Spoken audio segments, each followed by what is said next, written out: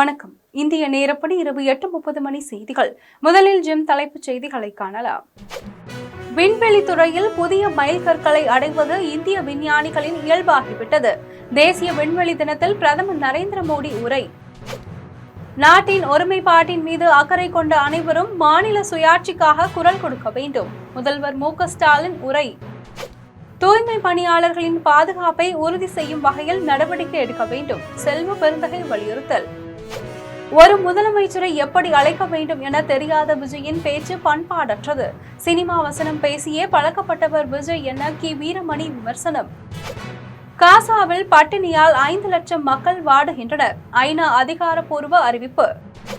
வளிமண்டல கீழடுக்கு சுழற்சி நிலவுவதன் காரணமாக தமிழகத்தில் 8 மாவட்டங்களில் கனமழைக்கு வாய்ப்பு. சென்னை வானிலை ஆய்வு மையம் தகவல். இனி விரிவான செய்திகளை காணலாம்.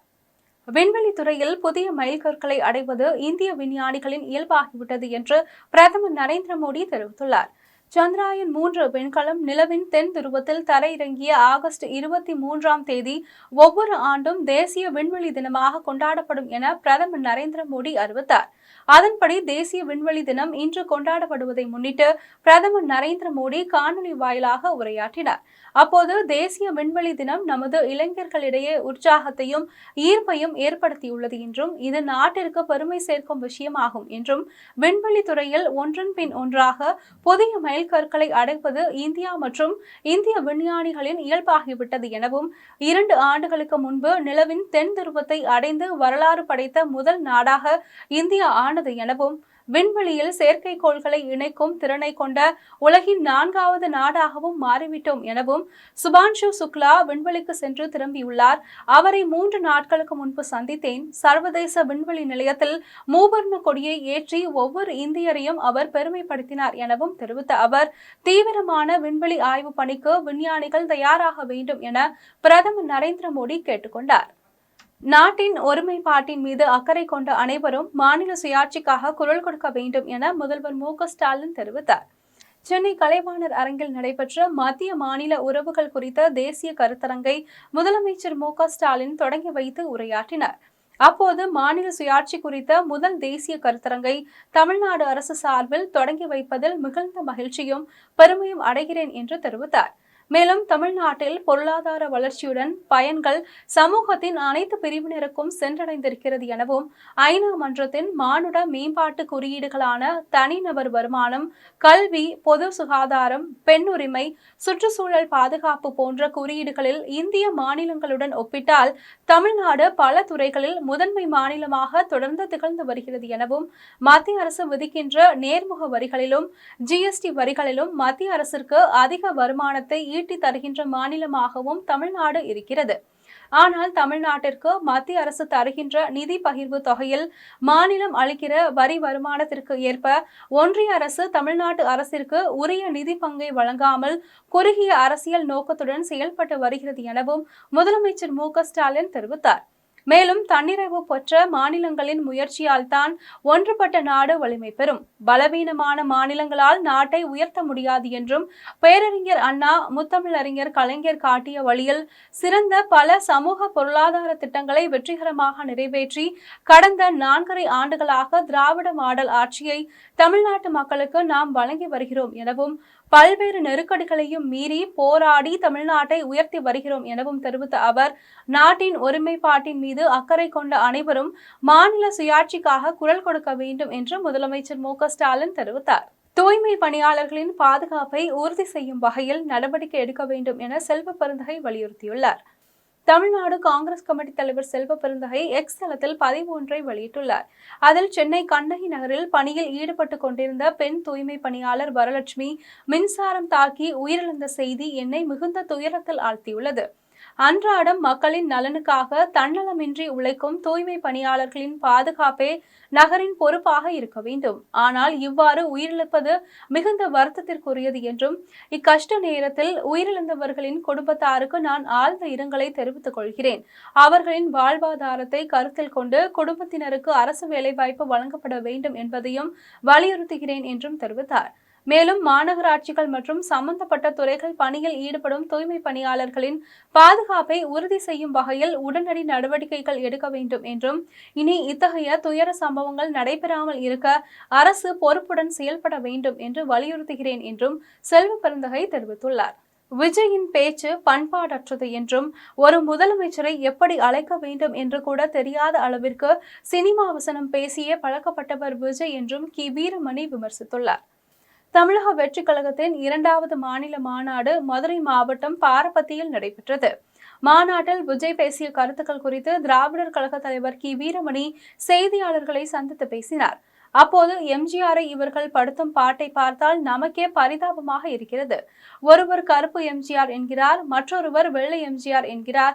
இவர்களிடம் இருக்கும் சொந்தமான சரக்கு என்ன, கொள்கை என்ன என கேள்வி எழுப்பினார். மேலும் புதிதாக அரசியலுக்கு வந்தவர் மக்களிடம் சென்று என்னுடைய கொள்கை இது, என்னை ஆட்சிக்கு அனுப்பினால் உங்களுக்கு பயன்படும் வகையில் திட்டங்களை செயல்படுத்துவேன் என்று கூறியிருக்க வேண்டும். ஆனால் அதற்கு பதிலாக விஜய் பேசியிருப்பது பண்பாடற்ற பேச்சாக உள்ளது எனவும், ஒரு முதலமைச்சரை எப்படி அழைக்க வேண்டும் என்று கூட தெரியாத அளவிற்கு சினிமா வசனம் பேசியே பழக்கப்பட்டவர் இதையும் ஒரு திரைவசனத்தை போல பேசுகிறார் எனவும், சினிமாவிலிருந்து ஓய்வு பெற்று வந்தவர்கள் யார், ஓய்வு பெறாமல் வந்தவர்கள் யார், விருப்ப ஓய்வு பெற்று வந்தவர்கள் யார் என அவர் ஆராய்ச்சி செய்து கொண்டிருப்பது போல் தெரிகிறது என்று கி. வீரமணி தெரிவித்தார். காசாவில் பட்டினியால் 5 லட்சம் மக்கள் வாடுகின்றனர் என்று ஐநா அதிகாரப்பூர்வமாக அறிவித்துள்ளது. காசாவில் மனிதனால் உருவாக்கப்பட்ட கொடும் பஞ்சம் நிலவுவதாக ஐக்கிய நாடுகள் சபையின் ஒருங்கிணைந்த உணவு பாதுகாப்பு நிலை வகைப்பாடு அதிகாரப்பூர்வமாக அறிவித்துள்ளது. இது தொடர்பாக ஐநா அறிக்கை வெளியிட்டுள்ளது. அதில் காசாவில் 1/2 மில்லியனுக்கும் அதிகமான மக்கள் கடுமையான பசியை எதிர்கொள்கின்றனர். காசா நகரம் உட்பட பாலஸ்தீனத்தின் சுமார் 20% பகுதியில் பஞ்ச நிலைமை இருப்பதாகவும் தெரிவித்துள்ளது. உடனடி போர் நிறுத்தம் செயல்படுத்தப்பட்டு மனிதாபிமான உதவி கிடைக்காவிட்டால் கான் யூனிஸ் மற்றும் டெய் அல் பாலா போன்ற தெற்கு பகுதிகளுக்கு பஞ்சம் பரவக்கூடும் என்றும், பல்லாயிரக்கணக்கானோர் பட்டினியின் விளிம்பில் உள்ளனர் எனவும், காசாவில் பசி பட்டினி முற்றிலும் மனிதனால் உருவாக்கப்பட்டது. பசி பட்டினி அங்கு வேகமாக பரவி வருகிறது என்றும், உதவி கிடைப்பதில் ஒரு நாள் தாமதமாவதால் பட்டினி மரணங்களை அதிகரிக்க செய்கிறது எனவும் ஐநா தெரிவித்துள்ளது. வளிமண்டல கீழடுக்கு சுழற்சி நிலவுவதன் காரணமாக தமிழகத்தில் 8 மாவட்டங்களில் கனமழைக்கு வாய்ப்புள்ளது என்று சென்னை வானிலை ஆய்வு மையம் தெரிவித்துள்ளது. சென்னை மாநகர பகுதிகளான எழும்பூர், புரசைவாக்கம், பாரிமுனை, கோயம்பேடு, அண்ணாநகர், முகப்பேறு, அயனாவரம், வில்லிவாக்கம், அசோக் நகர், மயிலாப்பூர் உள்ளிட்ட பல்வேறு பகுதிகளிலும், புறநகர் பகுதிகளான செங்குன்றம், சோழவரம், தாம்பரம், ஸ்ரீபெரும்புதூர், வண்டலூர் உள்ளிட்ட இடங்களிலும் இரவில் பெய்ய தொடங்கிய மழை விடிய விடிய பெய்தது. இதன் காரணமாக சென்னையின் பல இடங்களில் தாழ்வான பகுதிகளில் தண்ணீர் தேங்கியது. சென்னையில் 17 இடங்களில் மரங்கள் சரிந்து விழுந்தன. அதனை மாநகராட்சி ஊழியர்கள் அகற்றி போக்குவரத்தை சீராக்கினர். இந்நிலையில் சென்னை வானிலை ஆய்வு மையம் செய்தி வெளியிட்டுள்ளது. அதில் 8 மாவட்டங்களில் கனமழை பெய்ய வாய்ப்புள்ளதாகவும், தென்மேற்கு வங்கக்கடலில் மேல் பகுதியில் ஒரு வளிமண்டல கீழடுக்கு சுழற்சி நிலவுகிறது என்றும், இதன் காரணமாக கடலூர், மயிலாடுதுறை, நாகப்பட்டினம், தஞ்சாவூர், திருவாரூர், ராமநாதபுரம், புதுக்கோட்டை, சிவகங்கை ஆகிய 8 மாவட்டங்களிலும், காரைக்கால் பகுதிகளிலும் 2 நாட்களுக்கு கனமழைக்கு வாய்ப்புள்ளது எனவும் வானிலை ஆய்வு மையம் தெரிவித்துள்ளது. திமுக என்ற வேரை அசைத்து கூட பார்க்க முடியாது என்றும், அதன் வேர் எங்கே இருக்கின்றது என்பது அமித்ஷாவிற்கு தெரியாது என்றும் புதுக்கோட்டையில் நடைபெற்ற வேலைவாய்ப்பு முகாமில் தமிழ்நாடு இயற்கை வளங்கள் துறை அமைச்சர் ரகுபதி தெரிவித்தார். புதுக்கோட்டை மாநகராட்சிக்கு உட்பட்ட புதிய பேருந்து நிலையம் அருகே உள்ள கலைஞர் கருணாநிதி அரசு மகளிர் கலை கல்லூரி வளாகத்தில் தனியார் வேலைவாய்ப்பு முகாம் நடைபெற்றது. முகாமில் தமிழ்நாடு இயற்கை வளங்கள் துறை அமைச்சர் ரகுபதி, தமிழ்நாடு பிற்படுத்தப்பட்டோர் நலத்துறை அமைச்சர் மெய்யநாதன், மாவட்ட ஆட்சியர் அருணா, புதுக்கோட்டை சட்டமன்ற உறுப்பினர் முத்துராஜா ஆகியோர் கலந்து கொண்டு வேலைவாய்ப்பு முகாமில் பணி ஆணை பெற்றவர்களுக்கு பணி ஆணையை வழங்கினார். நிகழ்ச்சியை தொடர்ந்து அமைச்சர் ரகுபதி செய்தியாளர்களை சந்தித்து பேசினார். அப்போது கடந்த காலத்தில் திமுக தலைவர் மு.க. ஸ்டாலினுக்கு கட்டம் சரியில்லை, அதனால் அவர் முதலமைச்சராக முடியாது என்றெல்லாம் கூறினார்கள்.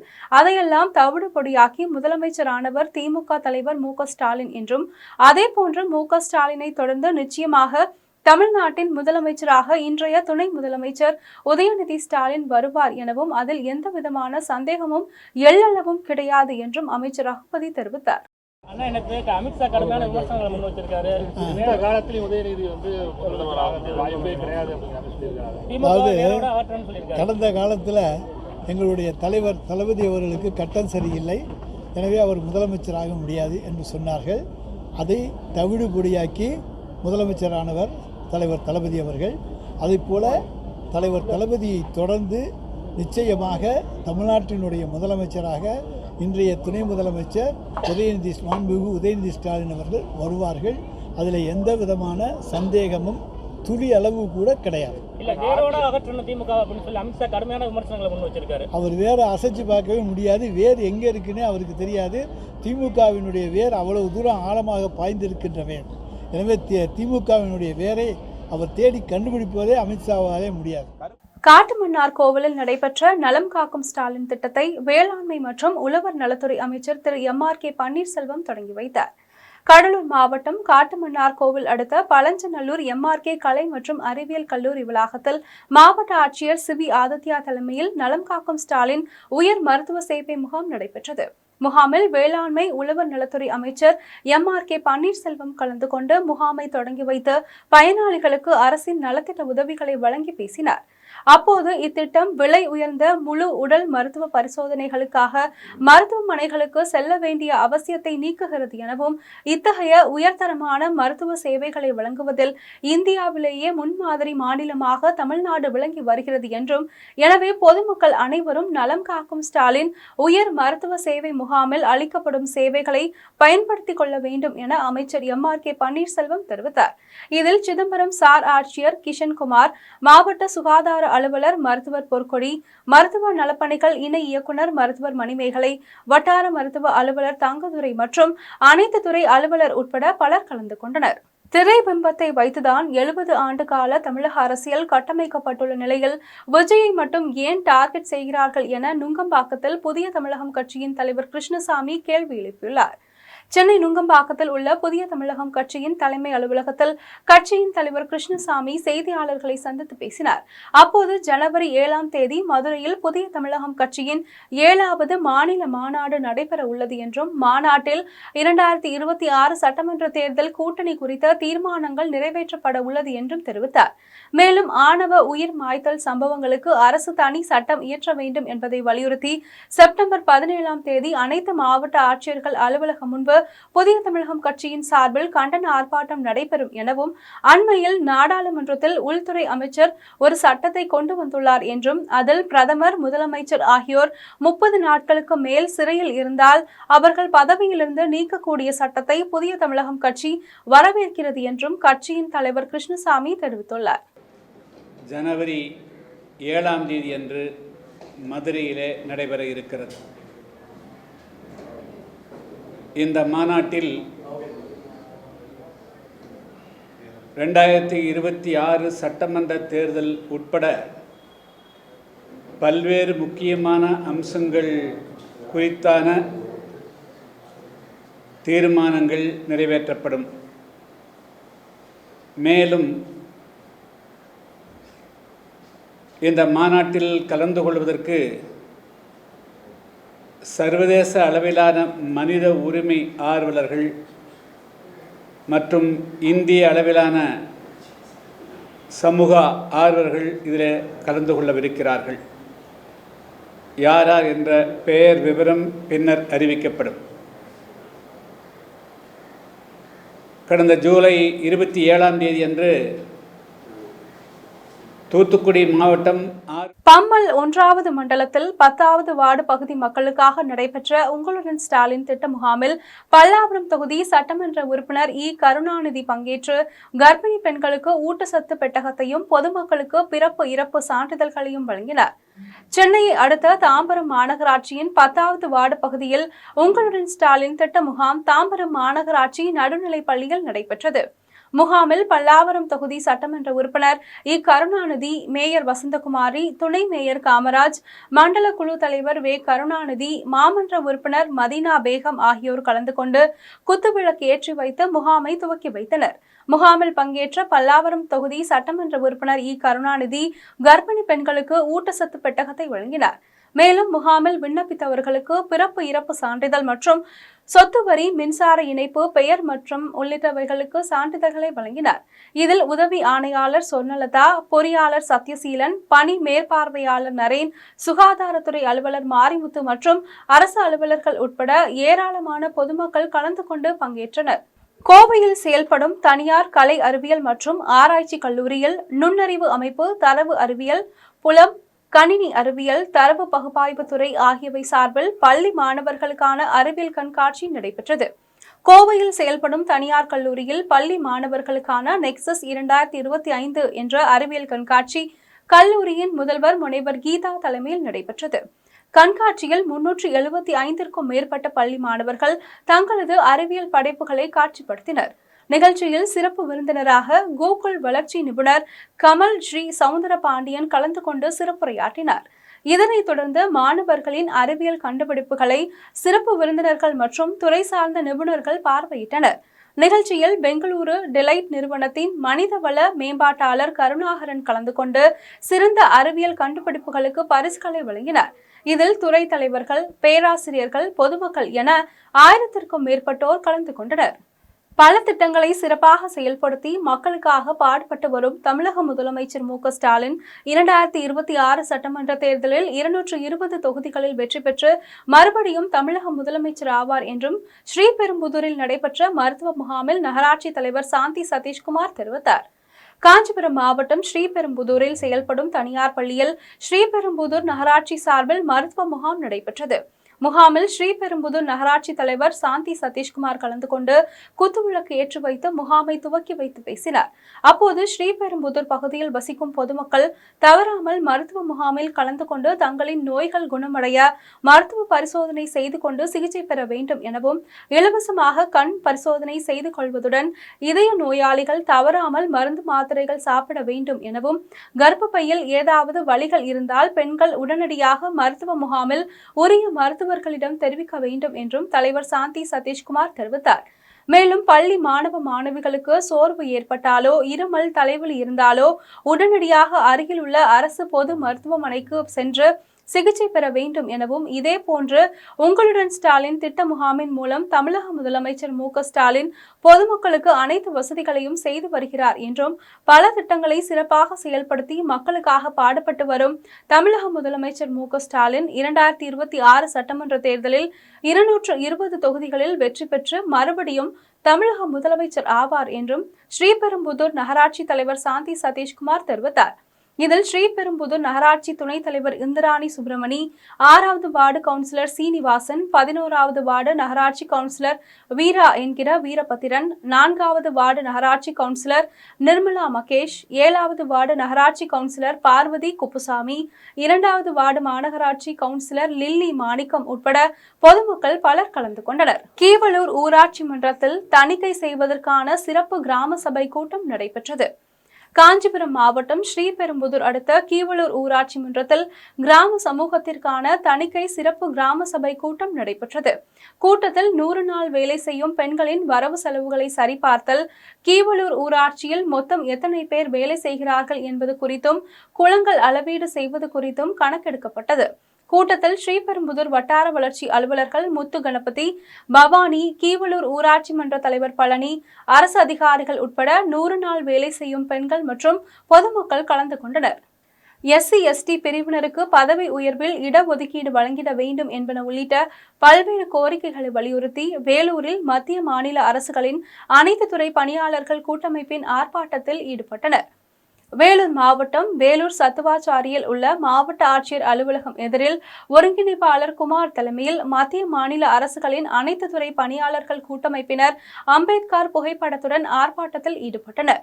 அப்போது SC ST பிரிவினருக்கு பதவி உயர்வில் இடஒதுக்கீடு வழங்கிட வேண்டும், அரசியலமைப்பு சட்டப்பிரிவில் 16இல் 4A பிரிவை நடைமுறைப்படுத்த வேண்டும், SC ST பின்னடைவு பணியிடங்களை உடனடியாக காலதாமதமின்றி நிரப்பிட வேண்டும், குரூப் D பணியிடங்களை மீண்டும் அரசு பணியிடங்களாக அறிவிக்க வேண்டும் என்பன உள்ளிட்ட பல்வேறு கோரிக்கைகளை வலியுறுத்தினர். இதில் சிட்டிபாபு உள்ளிட்ட திரளான நிர்வாகிகள் கலந்து கொண்டனர்.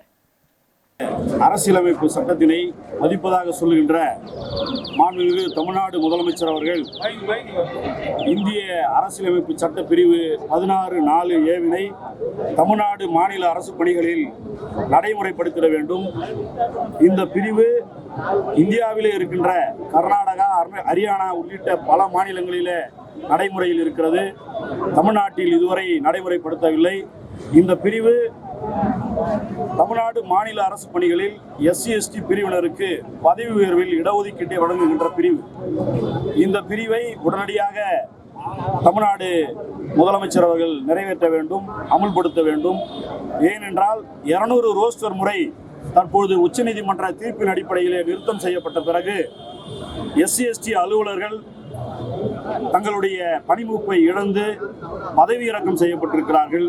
ஊதியத்திலே ரூபாய் 20,000 வரை மாத ஊதியத்திலேயே இழப்பை சந்தித்திருக்கிறார்கள். இந்த நிலை தொடர்ந்தால் இனி வரும் 10 ஆண்டுகளிலே SC/ST அலுவலர்களே இல்லாத ஒரு நிர்வாகமாக தமிழ்நாடு மாறும். ஓமலூரில் கீழே கடந்த மணிப்பர்ஸை எடுத்து காவல் நிலையத்தில் ஒப்படைத்த சுப்பிரமணி என்பவரின் நற்செயலை காவல்துறையினர் மற்றும் பொதுமக்கள் பாராட்டினர். சேலம் மாவட்டம் ஓமலூர் கள்ளிக்காடு பகுதியைச் சேர்ந்த சுப்பிரமணி என்பவர் ஓமலூரில் செய்தித்தாள் ஏஜென்ட்டாக பணியாற்றி வருகிறார். இவர் இன்று காலை செய்தித்தாள் போட்டுவிட்டு வீடு திரும்பும் போது ஓமலூர் நிலவள வங்கி முன்பாக பர்ஸ் ஒன்று கீழே கிடந்தது. அதனை சுப்பிரமணி எடுத்து பார்த்தபோது ரூபாய் 5,000ம் 2 ATM கார்டுகள், ஆதார் கார்டு, பான் கார்டு, வாக்காளர் அட்டைகளும் மணிப்பர்ஸில் இருந்தது தெரிய வந்தது. இதனை அடுத்து சுப்பிரமணி ஓமலூர் காவல் நிலையத்திற்கு சென்று காவல்துறையினரிடம் மணிப்பர்ஸை ஒப்படைத்து உரியவரிடம் ஒப்படைக்க வேண்டும் என கேட்டுக்கொண்டார். சுப்பிரமணியின் நற்செயலை ஓமலூர் காவல்துறையினரும் பொதுமக்களும் வெகுவாக பாராட்டினர். ராமநாதபுரம் மாவட்ட அளவிலான பள்ளிகளுக்கு இடையேயான தடகள போட்டிகள் நடைபெற்றது. தமிழ்நாடு அரசின் பள்ளிக் கல்வித்துறை சார்பில் ராமநாதபுரம் மாவட்ட அளவிலான பள்ளிகளுக்கு இடையான 2025-26 ஆண்டிற்கான தடகள போட்டிகள் ராமநாதபுரம் சீதகாதி சேதுபதி விளையாட்டு அரங்கில் நடைபெற்றது. போட்டியில் தடை தாண்டி ஓடுதல், உயரம் தாண்டுதல், நீளம் தாண்டுதல், தொடர் ஓட்டம், ஈட்டி எறிதல், போல்ட் வால்ட் உள்ளிட்ட தடகள போட்டிகள் நடைபெற்றது. விளையாட்டுப் போட்டியை முதன்மை கல்வி அலுவலர்கள் பிரின்ஸ் ஆரோக்கியராஜ் தொடங்கி வைத்தார். அரசு மேல்நிலைப் பள்ளியின் தலைமை ஆசிரியர் உத்தரகோசமங்கை வாழ்த்துரை வழங்கினார். உடற்கல்வி ஆசிரியர் சுரேஷ் அனைத்து போட்டிகளுக்கான ஏற்பாடுகளையும் செய்திருந்தார். போட்டிகளில் வெற்றி பெற்றவர்களுக்கு உடனுக்குடன் பரிசு மற்றும் சான்றிதழ்கள் வழங்கப்பட்டது. போட்டியில் உடற்கல்வி ஆசிரியர்கள் மற்றும் பெற்றோர் ஆசிரியர் சங்கத்தினர் கலந்து கொண்டனர். புதுக்கோட்டை மாவட்ட ஆட்சியர் அலுவலக கூட்ட அரங்கில் தூய்மை பணியாளர்களுக்கு பல்வேறு வகையான பாதுகாப்பு உபகரணங்களும், அடையாள அட்டை மற்றும் நலத்திட்ட உதவிகள் வழங்கும் நிகழ்ச்சி நடைபெற்றது. புதுக்கோட்டை மாவட்ட ஆட்சியர் அலுவலக கூட்ட அரங்கில் தமிழ்நாடு தூய்மை பணியாளர்கள் நல வாரியம் சார்பில் அடையாள அட்டை மற்றும் நலத்திட்ட உதவிகள் வழங்கும் நிகழ்ச்சி நடைபெற்றது. மாவட்ட ஆட்சியர் அருணா தலைமையில் நடைபெற்ற விழாவில் தமிழ்நாடு இயற்கை வளங்கள் துறை அமைச்சர் ரகுபதி, தமிழ்நாடு தூய்மை பணியாளர்கள் நல வாரிய தலைவர் திப்பம்பட்டி வே. ஆறுசாமி, புதுக்கோட்டை சட்டமன்ற உறுப்பினர் முத்துராஜா, கந்தர்வக்கோட்டை சட்டமன்ற உறுப்பினர் சின்னதுரை மற்றும் 300க்கும் மேற்பட்ட தற்காலிக தூய்மை பணியாளர்கள் கலந்து கொண்டனர். நிகழ்ச்சியில் கலந்து கொண்ட தூய்மை பணியாளர்கள் தங்களின் குறைகள் குறித்தும் கோரிக்கைகள் குறித்தும் எடுத்துரைத்தனர். நிகழ்ச்சியில் தூய்மை பணியாளர்களுக்கு பல்வேறு வகையான பாதுகாப்பு உபகரணங்களும், அடையாள அட்டை மற்றும் நலத்திட்ட உதவிகளும் வழங்கப்பட்டது. நிகழ்ச்சியில் தமிழ்நாடு தூய்மை பணியாளர் நல வாரிய தலைவர் திப்பம்பட்டி ஆறுசாமி பேசினார். அப்போது தமிழ்நாடு முதலமைச்சர் மு. க. ஸ்டாலின் தூய்மை பணியாளர்களுக்கு பல்வேறு திட்டங்களை அறிவித்துள்ளார் என்றும், அதேபோல் தூய்மை பணியாளர்களுக்கு என மாதத்தில் 1 நாள் குறைதீர்வு நாள் கூட்டம் நடத்த வேண்டும் என்றும் மாவட்ட ஆட்சியர் அருணாவிடம் கோரிக்கை வைத்தார். அதன் பின்னர் தமிழ்நாடு இயற்கை வளங்கள் துறை அமைச்சர் ரகுபதி பேசினார். அப்போது தமிழ்நாடு அரசு பல்வேறு நலத்திட்டங்களை செயல்படுத்தி வருகிறது எனவும், குறிப்பாக மகளிர் உரிமை திட்டம், விடியல் பேருந்து திட்டம், நலம் காக்கும் மருத்துவம் உள்ளிட்ட பல்வேறு திட்டங்களை செயல்படுத்தி வருகிறது எனவும், இந்த திட்டங்கள் இந்தியாவிற்கு முன்னோடி திட்டமாக திகழ்ந்து வருகிறது எனவும், இது அனைவருக்கும் தெரியும் என்றும், ஆனால் ஒரு சில புரோஸ்களுக்கு மட்டும் இது தெரியவில்லை எனவும் அமைச்சர் ரகுபதி தெரிவித்தார். கன்னிவாடி பேரூராட்சியில் நடைபெற்ற மன்ற கூட்டத்தில் துணை மின் நிலையங்கள் அமைப்பதற்கு தடையில்லா சான்றிதழ் வழங்கக்கூடாது என வலியுறுத்தி அதிமுக சார்பில் கவுன்சிலர்கள் கூட்டத்தை புறக்கணித்து வெளிநடப்பு செய்தனர். திருப்பூர் மாவட்டம் தாராபுரம் சட்டமன்ற தொகுதிக்கு உட்பட்ட கன்னிவாடி பேரூராட்சியில் மன்ற கூட்டம் நடைபெற்றது. கூட்டத்தில் அதிமுக சார்பில் 2வது வார்டு கவுன்சிலர் மணிவேல், 6வது வார்டு கவுன்சிலர் செல்வி, 10வது வார்டு கவுன்சிலர் செந்தில் ஆகியோர் பங்கேற்றனர். அப்போது ஆம்பிளஸ் சோலார் நிறுவனமும் ஃபர்ஸ்ட் எனர்ஜி நிறுவனமும் துணை மின் நிலையம் அமைக்கும் பணியில் ஈடுபட்டு வரும் நிலையில் 2 நிறுவனங்களுக்கும் பேரூராட்சி நிர்வாகம் தடையில்லா சான்று வழங்கக்கூடாது என தெரிவித்தனர். மேலும் துணை மின் நிலையங்கள் அமைத்தால் பேரூராட்சி மக்களுக்கு எந்தவித நன்மையும் இல்லை என்றும், துணை மின் நிலையங்கள் அமைக்கப்பட்டால் கிராம சாலைகளில் இருபுறங்களிலும் மின் கம்பங்களை நட்டு வைத்து மின்பாதை அமைக்கப்படும் என்றும், இதனால் விவசாயிகள் விவசாய தேவைக்கான மின் இணைப்பு பெறுவதில் சிக்கல்கள் உருவாகும் என்றும் தெரிவித்த கவுன்சிலர்கள் கூட்டத்தை புறக்கணித்து வெளிநடப்பு செய்தனர். அதன் பின்னர் இதே கோரிக்கையை வலியுறுத்தி பேரூராட்சி செயல் அலுவலரிடம் மனு அளித்தனர். மதுரை காரியாபட்டி அருகே செயல்படும் சேது பொறியியல் கல்லூரியில் 1ஆம் ஆண்டு வகுப்புகள் தொடக்க விழா நடைபெற்றது. மதுரை காரியாபட்டி அருகே உள்ள சேது பொறியியல் கல்லூரியில் 1ஆம் ஆண்டு வகுப்புகள் தொடக்க விழா நடைபெற்றது. விழாவிற்கு கல்லூரி நிறுவனர் மற்றும் தலைவர் முகமது ஜலீல் தலைமை தாங்கினார். கல்லூரி முதன்மை நிர்வாக அதிகாரி சீனி முஹைதீன், இணை முதன்மை நிர்வாக அதிகாரி சீனி முகமது அலியார் மரைக்காயர், நிர்வாக இயக்குனர் நிலோபர் பாத்திமா, ஆராய்ச்சி இயக்குனர் நாசியா பாத்திமா ஆகியோர் முன்னிலை வகித்தனர். கல்லூரி முதல்வர் சிவகுமார் வாழ்த்துரை வழங்கினார். விழாவில் சிறப்பு விருந்தினர்களாக முன்னாள் காவல்துறை கண்காணிப்பாளர் கலியமூர்த்தி மற்றும் பெங்களூர் இந்திய அறிவியல் நிறுவன முதன்மை விஞ்ஞானி கணேசன் ஆகியோர் கலந்து கொண்டு சேது பொறியியல் கல்லூரியில் நடைபெற்ற ஊக்கத்தொகை தேர்விலும் 12ஆம் வகுப்பு தேர்வில் சிறந்த மதிப்பெண்கள் எடுத்த மாணவ மாணவிகளுக்கும் முதல் பரிசாக ரூபாய் 1,75,000, 2வது பரிசாக ரூபாய் 1,50,000, 3வது பரிசாக 75,000, கல்லூரி பேருந்து சலுகை என 84 மாணவர்களுக்கு ரூபாய் 72,50,000 வழங்கினர். இதேபோன்று 92.5 கட் ஆஃப் மதிப்பெண்கள் எடுத்த நிவேதா என்ற மாணவிக்கு ரூபாய் 1,75,000 காசோலையை வழங்கினர். விழாவில் கல்லூரி நிறுவனர் முகமது ஜலீல் பேசும்போது, கல்லூரி பெற்ற உலக தரவரிசை சான்றிதழ் குறித்தும் கல்லூரி பல்கலைக்கழக அந்தஸ்து பெற இருப்பது பற்றியும் விளக்கினார். விழாவில் கல்லூரி டீன் சிவரஞ்சனி உட்பட பலர் கலந்து கொண்டனர். வகுப்புகள் தொடங்குவதற்காக சிறப்பான ஒரு ஏற்பாடினை செய்து 1200க்கும் மேற்பட்ட மாணவ செல்வங்களும் 3000த்திற்கும் அதிகமான அவர்களுடைய பெற்றோர்களும் கலந்து கொண்ட ஒரு இனிமையான தருணம் இன்று. இவ்வேளையிலே சேது பொறியியல் கல்லூரி கல்வி வளர்ச்சியிலும் மாணவர்கள் சார்பாக அதிகமான ஆய்வுப் பணிகளில் ஈடுபடுவதற்கு முன்னுரிமை கொடுத்து வருகிறது. இந்த ஆண்டு மட்டும் கிட்டத்தட்ட 10 கோடி ரூபாய்க்கு அதிகமான நிதியினை பல்வேறு அமைப்புகள் மூலமாக பெற்றிருக்கிறது. தென் மாவட்டங்களிலேயே MSM என்று சொல்லக்கூடிய சிறு பெரு குறுந்தொழில் ஆகியவற்றில் மிக அதிகமான ஆய்வுப் பணியினை மேற்கொள்வதற்காக சேது பொறியியல் கல்லூரி முதல் இடத்தை பெற்றிருக்கிறது. அதற்காக தமிழக முதல்வர் மூலமாக தாயிடம் தகராறில் ஈடுபட்ட நபர் விரக்தி அடைந்து கிணற்றில் குதித்தார். அவரை காப்பாற்ற முயன்ற நபரும் கிணற்றில் குதித்து காப்பாற்ற முடியாமல் இருவரும் தண்ணீரில் மூழ்கி உயிரிழந்த சம்பவம் குறித்து அவிநாசி காவல்துறையினர் விசாரணை மேற்கொண்டனர். திருப்பூர் மாவட்டம் அவிநாசி அடுத்த சுண்டக்காம்பாளையத்தை சேர்ந்த நவீன்குமார் என்பவர் கடந்த 6 மாதங்களுக்கு முன்பு மனைவியிடமிருந்து விவாகரத்தான நிலையில் தனது தாயுடன் வசித்து வந்தார். இதனிடையே மது பழக்கத்திற்கு அடிமையான நவீன்குமார் வாடகை காரில் வீட்டிற்கு வந்து வாடகை பணத்தை தனது தாயாரிடம் கேட்டபோது இருவருக்கும் தகராறு ஏற்பட்டது. இதனால் ஆத்திரமடைந்த நவீன்குமார் வீட்டின் அருகில் இருந்த கிணற்றில் குதித்தார். இதை கண்ட தாயார் வாடகை வீட்டில் வசிக்கும் எலக்ட்ரீஷியன் பிரவீன்ராஜ் என்பவரை உதவிக்கு அழைத்ததும் உடனே பிரவீன்ராஜ் கிணற்றில் குதித்து நவீன்குமாரை காப்பாற்ற முயன்றார். நவீன்குமார் உடல் எடை அதிகமாக இருந்ததால் காப்பாற்ற முடியாமல் இருவரும் தண்ணீரில் மூழ்கி உயிரிழந்தனர். இது குறித்து அக்கம் பக்கத்தினர் அளித்த தகவலின் பேரில் சம்பவ இடத்திற்கு விரைந்து வந்த அவிநாசி காவல்துறையினர் மற்றும் தீயணைப்பு வீரர்கள் உயிரிழந்த இருவரின் உடல்களை மீட்கும் பணியில் ஈடுபட்டனர். மேலும் இது குறித்து காவல்துறையினர் வழக்கு பதிவு செய்து விசாரணை மேற்கொண்டனர். சென்னை மற்றும் புறநகர் பகுதிகளில் நேற்றிரவு பெய்த கனமழையின் காரணமாக போரூர் அடுத்த ஐயப்பந்தாங்கலில் சாலையில் தேங்கிய மழைநீரால் வாகன ஓட்டிகள் கடும் அவதிப்பட்டனர். வளிமண்டலத்தில் மேக மாறுபாடு காரணமாக சென்னை மற்றும் புறநகர் பகுதிகளில் நேற்றிரவு பெய்த கனமழையின் காரணமாக தாழ்வான பகுதிகளில் மழைநீர் தேங்கியது. குறிப்பாக சென்னை போரூர் அடுத்த ஐயப்பன் தாங்கலில் பூவிருந்தவல்லி மவுண்ட் சாலையில் மழை நீர் 2 அடிக்கும் மேல் தேங்கியது.